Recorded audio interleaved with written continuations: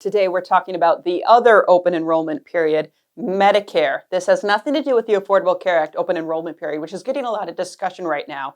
But there is also an open enrollment period for Medicare, and it has a different timeline than what the Affordable Care Act's marketplace timeline is.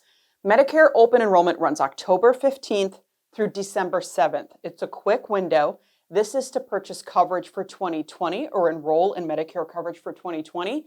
It allows you to make certain changes to parts of your coverage, and let's run through a couple examples of what that might look like. You can switch from original Medicare, for example, to a Medicare Advantage plan or vice versa. During open enrollment, you can switch the Medicare Advantage plan you're enrolled in.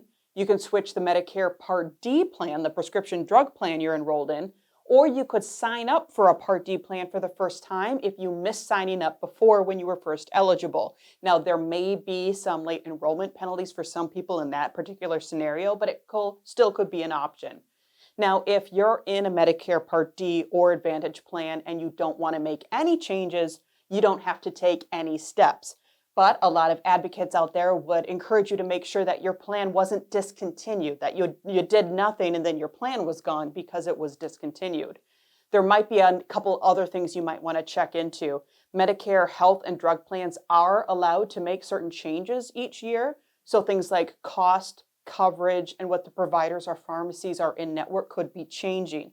So therefore, before you go ahead and select a plan during Medicare open enrollment, check those costs, those networks, and that coverage before you go ahead and renew.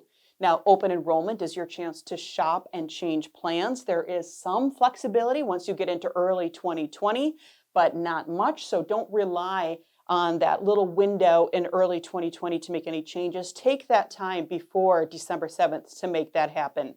Now, we do link to the Centers for Medicare and Medicaid Services website in the description below. That'll give you a little bit more information and tools about how to renew your coverage.